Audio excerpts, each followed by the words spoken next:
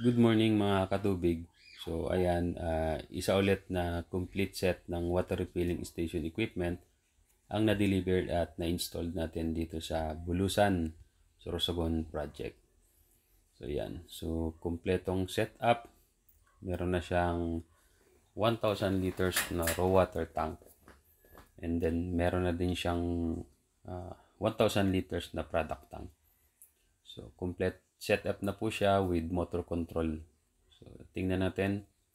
So yan po yung kanyang loob. Buksan natin yung main breaker at i-testing natin. So try natin mag-production. So nag-run yung kanyang feed pump and then nag-buzz yung kanyang flashing. So meron po siyang 30 seconds na raw flashing. So yan po yung timer niya at nakaset siya ng 30 seconds. Ayan. So lahat ng tubig ay papunta muna sa reject line. So wala pa siyang production. So papunta yan doon sa kanyang reject line. Then after 30 seconds, ayan, makikita niya humina na siya. Ayan, umandar na po yung kanyang high pressure pump. So it means na nagpa-production na siya. So yan yung inlet at outlet niya, nasa 135 PSI. Then yung flow rate niya ay 4 GPM. Yung kanyang concentrate flow ay 2.5. So nasa 60% ang kanyang recovery mga katubig. Mas malakas yung napoproduce kaysa natatapon. So meron na din siyang pressure release valve. Ayan.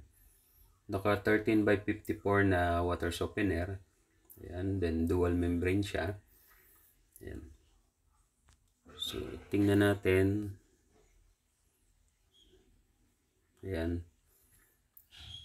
So nagra-run siya, nagpa-production at 60% recovery.